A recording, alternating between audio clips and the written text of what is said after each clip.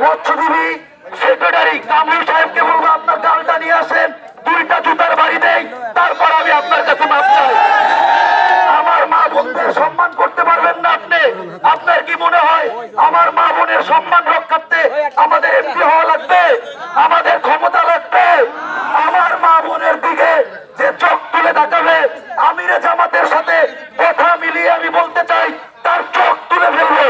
ইমান ভাই এখানে উপস্থিত রয়েছেন, তিনি আপনাদের সাথে সালাম বিনিময় করবেন।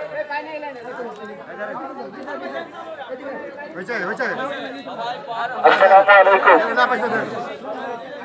আমরা এই ইনসাফের লড়াইয়ে আমাদের একজন সহযোদ্ধাকে হারিয়েছি।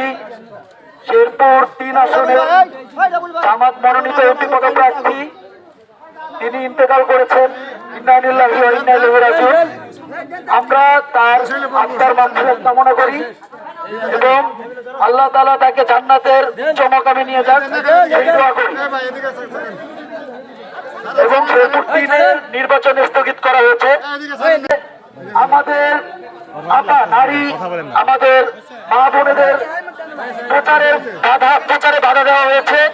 বিএনপির এক তথাকথিত মৎস্যজীবী দল অঙ্গ সংগঠনের আশুলিয়া থানার সেক্রেটারি, সেই বিএনপি নিজেরাই এই মা বোনদের ইজ্জতের কথা বলে, তারা মা বোনদেরকে সেফটি সিকিউরিটি দিবে, তারাই বাধা দিচ্ছে এবং বারে বারে মা বোনদেরকে, আমি ভিডিওর মধ্যে দেখতে পাচ্ছিলাম, মুখোশ খোলার কথা বলছে। আপনি মা বোনদের পর্দা রক্ষা করতে পারেন না, আপনি কি মা বোনদের সেফটি দিবেন? আপনি কি সিকিউরিটি দেবেন মা বোনদের? আপনি রাতের বেলা আইসা লাইভে এসে মাপ চাচ্ছেন, সরি বলছেন।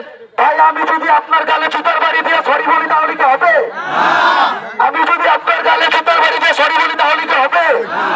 তাহলে মৎস্যজীবী সেক্রেটারি কামরুল সাহেবকে বলবো আপনার গালটা নিয়ে আসেন, দুইটা জুতার বাড়ি দেই, তারপর আমি আপনার কাছে মাপ চাই। আমার মা বোনদের সম্মান করতে পারবেন না আপনি?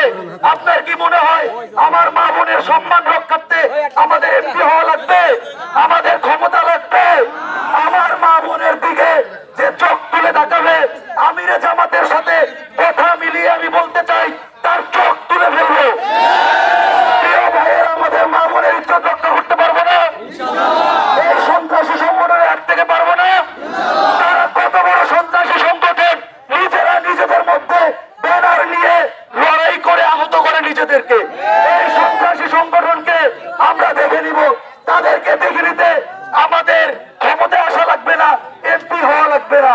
আমরা আমাদের মা বোনের ইজ্জতের কাটতে আমরা এমপি হওয়া ছাড়াই তাদের সাথে লড়াই করতে পারবো ইনশাল্লাহ।